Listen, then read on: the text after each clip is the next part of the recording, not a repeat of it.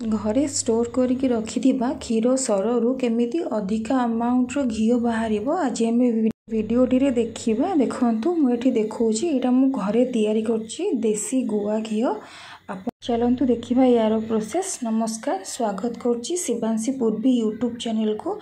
मु एठी 15 दिन रो सर को फ्रिज रे स्टोर करके रखिथिली। प्राय मु 1 लीटर क्षीर डेली मगाए।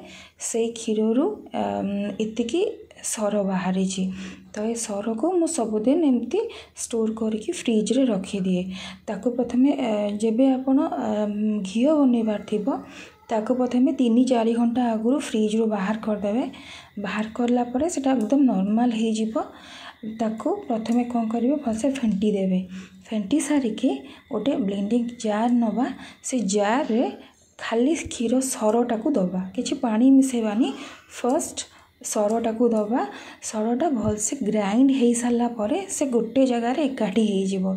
देन तापरे मोटी देखौछि देखंतु तापरे आमे रखिथिबा ठंडा पानी को सेथिरे दबा। सेथिरे देई सारा परे आउथरे ताको ब्लेंड करिबा। भलसे ब्लेंड कला परे सेटा से सरटा गोटे जगार एकाठी हो जिवो।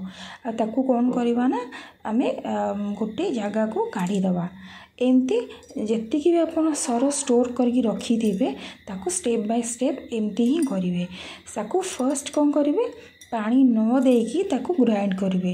ग्राइंड कर सारा परे तापर जाकि ठंडा पानी देबे। आ मु एठी देखंतु सेम प्रोसेस रे एटा मोर 2 थर हला। 2 थर जाक मो सेम प्रोसेस रे गोटे जगह को काढ़ी देछि। तापर किछि ठंडा पानी नबा। ठंडा पानी माने नॉर्मल टेम्परेचर ठंडा पानी नबा। से लहुणी सब को धोई दबा। गोटे थरु 2 थर भलसे क्लीन कर दबा। क्लीन कर सारिकी ताको गोटे जगार रे बाहर कर दबा। बाहर कर साला परे देखंतु लहुणी की मु एमती धोई नउची। धोई साला परे ताको गोटे जगार रखी दबा। रखी सारिकी से जो धुआ पानीटा को सेटा को हमें बाहर कर दबा। से पानी रो किछि यूज नाही।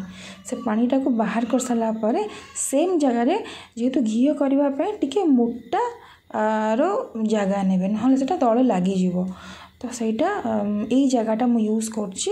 पानीटा को मु फोपाड़ साला परे सेम जगार मु एठी जो धुआ है कि रखी दिबा लहुणी को मु एथि दे दउछि।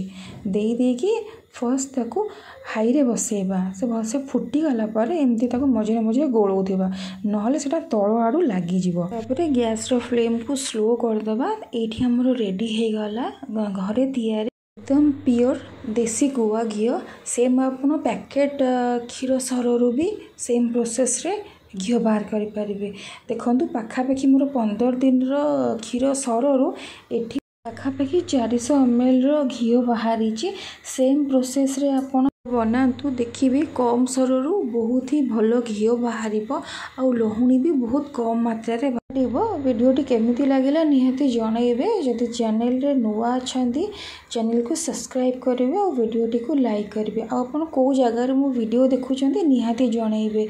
देखाबो आ गोटे नुआ वीडियो रे। रहिली जय जगन्नाथ।